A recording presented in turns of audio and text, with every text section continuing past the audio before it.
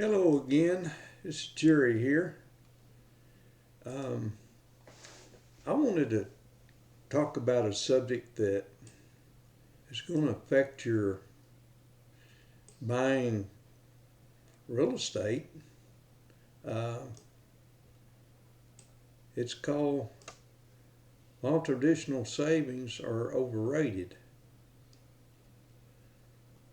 Well, I know this shocks a lot of people, but think about it. You work and save money, nothing wrong with that. I could never save much myself. Always wanted to buy things, buy a motorbike, buy a car, buy a boat, buy new furniture. There's no end of what you can buy. Some people save up to buy a car or a boat or new furniture. I could never do that. Always bought things and paid for them later, on credit. Only two big problems with that. Number one, what I was buying in the preceding list were depreciating assets. And two, to make matters worse, I was paying all those depreciating assets cost much more than the price I paid for the asset. For example, if you buy a car for $20,000 and pay 10% per year for 5 years, you just added another $5,500 on the cost of the car. Just on price alone, that car cost you $25,500 and you haven't even driven it yet. Well, you could save up $20,000 and buy the car. Wouldn't that make more sense? Saving to buy something? It might if it wasn't for inflation, or if your savings account interest rate was more than the inflation rate, which usually it's not. If it takes 3 years to save up $20,000, the price of the car would have increased to the point your money would buy less car by then. Even at 5% inflation in 3 years, your $20,000 would only have the purchasing power of $17,219. There are assets out there that are a lot more fun to own and generally appreciate in value. Some of the more interesting things you can buy that appreciate in value are antique furniture, antique automobiles, certain makes and models of private aircraft, fine art and paintings, rare coins and stamps, rare jewelry and precious stones, single-family homes, rare original rugs. Hey, what was that? Single-family homes? You mean it on this list of the most treasured and priceless assets that are normally owned by the wealthiest people on earth, I included a single-family home? The answer is yes. The wealthiest people on earth already know this. The greatest portion of their wealth is invested in appreciating assets. Sure, they own new cars and other depreciating assets like most of us, but there's one big difference.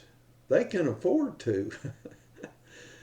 Most of us should not own depreciating assets because most of us are not wealthy. I'll take it a little further. It's unlikely you will ever be wealthy if a large portion of your assets or percentage of your net worth is in depreciating assets.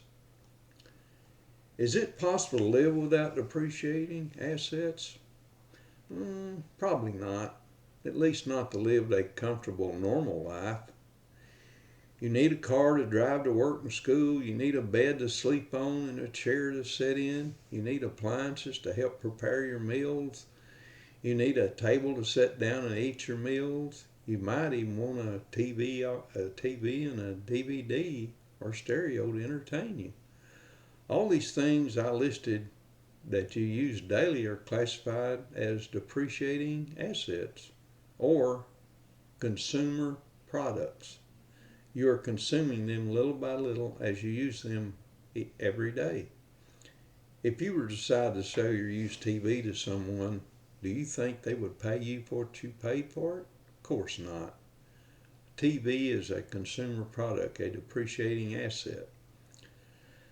Okay, so I do not want many depreciating assets as a total of my net worth. How did I get to this point? You need to know what you have right now that is a depreciating asset. I would list them on a sheet of paper and write down what you paid for the asset and what you think it's now worth if you were to sell it.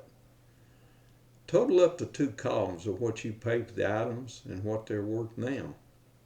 Now subtract one column of depreciating assets from the column of the assets that the cost of what you paid for them. The difference in that amount is called appreciation. This is already gone. You cannot get this back. It's already been used up over time as the items have been utilized and aged since you purchased the items. Will the items decrease in value further? Yes, they probably will go down to what's called salvage value. In other words, there are some depreciating assets that no matter how old they are, they still do have some value left. I think of a hammer, for instance. A hammer may have cost you $10 5 years ago, but you can still hammer a nail just as good as the day you bought it. You might get $3 for it if you sold it in a garage sale, but it still has value. You probably don't want to spend $7 on a new one. Imports have made them cheaper, so you just keep it. Now that's a pretty simple example of how owning a depreciating asset is not all that bad. It really comes down to what it would cost to replace it with some item that would do the job just as good. That brings up a great topic when discussing depreciation. Now we have depreciation in real estate, and that's why I'm talking about it here. As you saw in the previous examples, there are degrees of depreciation. Some assets may depreciate, but you would not sell them because they still perform the function they were purchased to provide. Furthermore, it would cost you more than you're willing to pay to have it replaced. Now, usually the more complexity of an item, the more likely you may want to replace it because it may stop functioning with little or no warning, or repairing it would be too costly.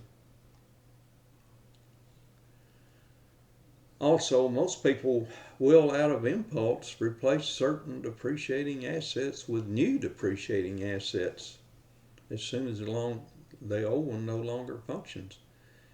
The one depreciating assets on top of this list, both in complexity and cost, is the family automobile. Here's the winner of your most depreciating asset list. It probably has the most cost of any item on the list. Oh no, I'm not going to talk you out of car ownership. I mean, you should realize that there are some depreciating assets you simply cannot live without. Besides, owning your own car is something of an accomplishment anyway. All right, well, that's all for this session. We'll catch the follow-up session on my YouTube channel later. Thank you, and I appreciate you being here.